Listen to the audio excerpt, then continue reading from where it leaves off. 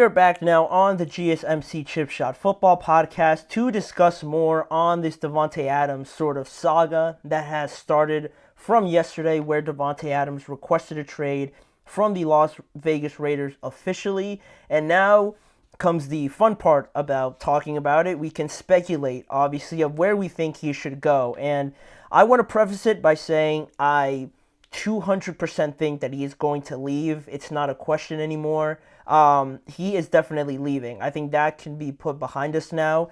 The trade deadline, mentioning that, is going to be on November the 5th. So there's still like about a month to go before, we're trying to meet a deadline for Davante Adams to move. I don't think it's going to take that long. I think it's going to be relatively quick at this point with teams that now, after 4 games, they're looking at their record, 2-2 teams, 1-3 teams. They have to do something, right? There's some teams that might feel like this is their last gasp at it, or some teams that really want to separate themselves from the pack.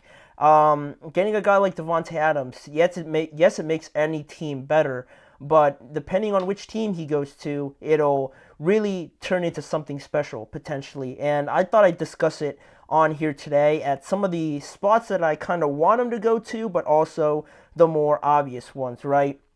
I think it's important to mention, though, before we get into the 5 to 7 teams I have, that the finances are an important part of this, because Davante Adams has a current cap value of $13.5 million if a team acquires him this week. So if we see someone trade for him right now, they're going to have to take up a bigger cap value hit right now, imminently, to try and get him as soon as possible. But the cap value, that $13.5 million right now, decreases by $968,000 approximately each week that we move on through the season. So the longer this drags on, the cheaper technically it would be to come on. It'd be less of a cap value hit the longer this goes on. I think I heard somewhere that it could go down to like something like 9 million or 8 million by the time November the 5th comes. So maybe some other teams become involved at that time when they can afford them. But like I said, I don't think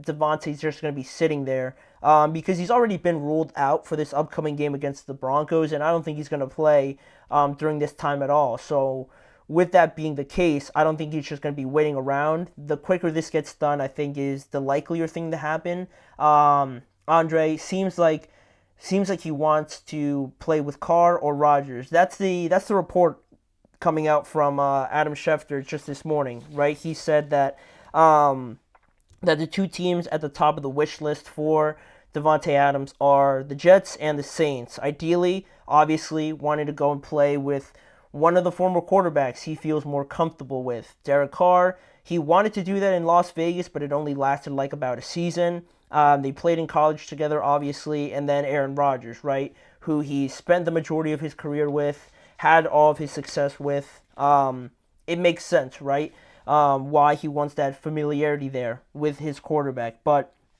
we mentioned the finances and things like that, and it brings up the question about who can afford him right now. If any of these teams can take up that amount of cap hit, it would be right now the Washington Commanders, the Dallas Cowboys, and the New York Jets, like we keep mentioning, and the Pittsburgh Steelers are the 4 teams that are the most financially situated right now to acquire Davante Adams through a trade in the least amount of time right now, because they have the most cap hit available to take in his contract. So with that in mind, we are going through the most likely scenarios, the more likely situations where I think he could end up, starting with this one. Completely out of left field, completely out of the stadium. That's how random you might think this is, but I wanted to include them in here because they might not have the cap space, obviously, to do this right now, but I think looking at the Cardinals, there's no real basis on the fact that I have them on here other than the fact that it's too obvious that they only really have Marvin Harrison Jr. to throw the ball to right now.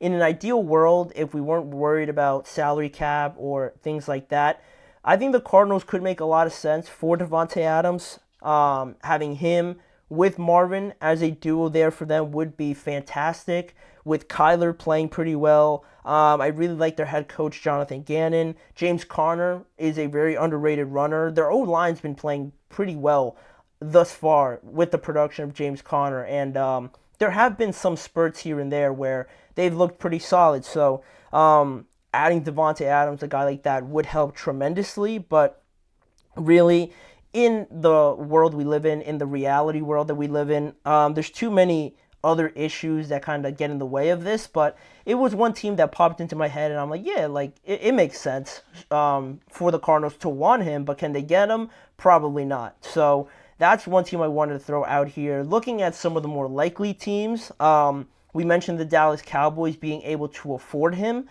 They have $24.4 million in cap space right now, so obviously they could take up a $13.5 million cap value, and this makes sense because, like the Arizona Cardinals, the Cowboys are very monocentric on CeeDee Lamb, very reliant on the production of CeeDee Lamb to move the ball, essentially, because their running game is basically non-existent, their offensive line is pretty shaky, and outside of CeeDee Lamb, Brandon Cooks, he's played all right. Jalen Tolbert doesn't really move the needle. Jake Ferguson's very good, but you still need more than just one great wide receiver because of the great defenses, right, going to take away CeeDee Lamb eventually. The Ravens did a good job of trying to do that. So, of course, the Cowboys had to look elsewhere and trying to find some more weapons for this offense. If really their defense is this bad and they're not going to get any better than what we've seen already,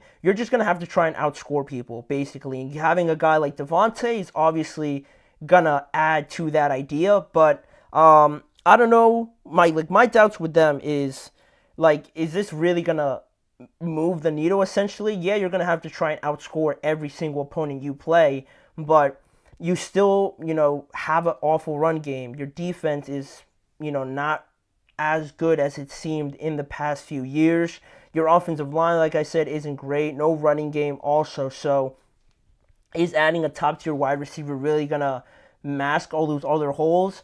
I find that hard to believe. So this makes sense from that standpoint, but I wouldn't really love to see Davante Adams go here for that reason, that I don't think it makes the Dallas Cowboys that much better. And I know it sounds crazy, but when we're talking about the games, the tests in the playoffs, I think it wouldn't really move the needle too much for me. They might win the first game of the playoffs, but it's not going to be something special like they're going to make it to the conference championship. They need more of a team aspect for that than just adding Davante Adams. So they're number 4 on this list. Then looking at a more likely team, the Pittsburgh Steelers desperately need somebody outside of George Pickens to try and get open. Pat Freiermuth, again, like the Cowboys and Jake Ferguson, is a good, reliable weapon, but you need another receiver in this day and age where offense is very important in the NFL. You need a couple guys, not just one really good one and a bunch of all right guys. You need one really good one, ideally, in what you have in George Pickens, but another guy too. If you can get another really good top-tier guy, it makes this offense a lot more dangerous. And compared to the Cowboys, they actually have a running game going for them. They're very run-centric. They have a great defense, and Justin Fields looks like he is just right on the verge of taking full control of that job. So, it's definitely looked a lot better than it has in the past for the Steelers. But the issue that I see with them, and this is where I go back to that statement you made, Andre. It seems like where you said it seems like he wants to go to the Saints because he wants to play with Derek Carr, or he wants to go to the Jets because he wants to play with Aaron Rodgers. That becomes the main issue with some of these teams, right? Is Davante Adams willing to go and try and learn a whole new offense, whole new city, scenario, coach, everything like that, quarterback? Is he willing to go through all of that and think that he's going to get any closer to winning a Super Bowl? Yeah, it helps the Steelers right on paper, but the details, the finer details, the chemistry, I wonder about that. And the Steelers are also dealing with some injuries right now on the offensive line, so there's definitely interest there, but I don't know if it'll solidify into anything serious.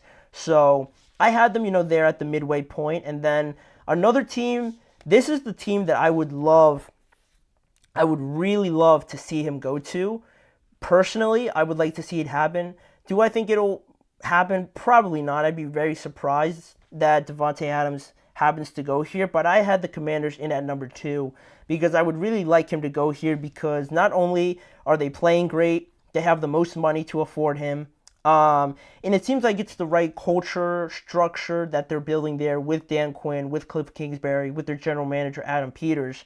I feel like this is a place where if the Commanders make a move like this, it really shows that they're banging on the table to show everybody, not only in the NFC but the NFL, that they're really trying to compete this year. And I would love them to make a bold move like that, just completely shocking everybody, because everyone's really believing that it'll be the Saints or the Jets. But if the Commanders just come out of nowhere and take him, that would be so just awesome for them to happen. I thought it was kind of interesting how on the Up and Adams show, Davante Adams mentioned how he was a big fan and praised Jaden Daniels for his performances and how during the draft he was kind of hoping that he would fall to them at 13. Unlikely, but that's what he said. They obviously need someone outside of just Terry McLaurin. Daimi Brown is solid. Luke McCaffrey's looked pretty well. Zacchaeus had a great game last week, but we're talking about Davante Adams here, right? Pair him up with Terry McLaurin, and this offense takes 3 steps forward and really legitimizes themselves as one of the top teams in the NFC, in my opinion. So I would love to see that all transpire, but obviously at number 1, I have who we just keep saying, the Jets. Not like I'm too disappointed by it, but I just think it's the spoiler to the movie that everybody kind of knows what's going to happen. Aaron Rodgers hasn't been too shy about mentioning wanting to play with Davante again. Davante Adams also hasn't been too shy about wanting to play with Rodgers again also. So if he's added to this team, you have Mike Williams, Garrett Wilson, Brees, Lazard, and Davante Adams. It definitely builds the pressure, but it's an offense that he knows with Nathaniel Hackett there from his time in Green Bay, obviously Aaron Rodgers, and it'll just make everyone's job easier, right? More for the defenses to focus on, and it really is so obvious that if it doesn't happen, I don't know if I'd be surprised that he went to another team, or I'd be more surprised that the Jets or Adams just didn't decide to go to New York for whatever reason. So they're number 1 as the most likely situation. We talked about the Saints. I didn't know this, but their wide receivers coach, I believe, is actually Davante Adams' personal wide receivers coach or just personal trainer, which increases their chances of trying to get Davante Adams. And obviously Derek Carr's there, and it looks like they're playing a lot better. Their offense with Clint Kubiak is looking great, so they're one of those teams included on there. I'll throw the Chargers in there as well, but definitely the Jets are standing out to me.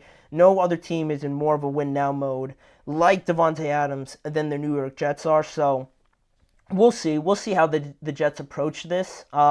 It's funny that the Jets are linked to Davante Adams, almost like they're waiting for him to play for them, and it's almost like the whole Hassan Reddick situation is going completely over people's heads.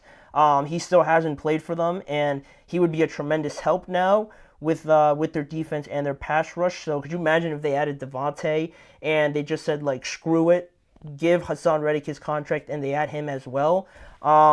It would be a crazy just chain of transactions to happen. But that's where I believe Davante Adams will go. How long it'll take? Heck, who knows? It might break during this episode. You never know. It usually tends to happen this way around this time, Eastern time. So that would be sick if it happened right now. But we're just going to have to wait patiently until something actually happens.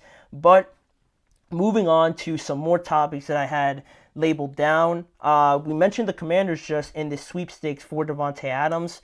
We're going to talk about them in more of an open discussion, right? They are leading their division right now at 3-1, but we have to ask why. Is it because the Commanders are actually that good, or is it because the NFC East is truly that bad with the Eagles, the Cowboys, and the Giants playing poorly through the first 4 weeks? We have those answers. Stay tuned to find out what they are when we return after our next break. Looking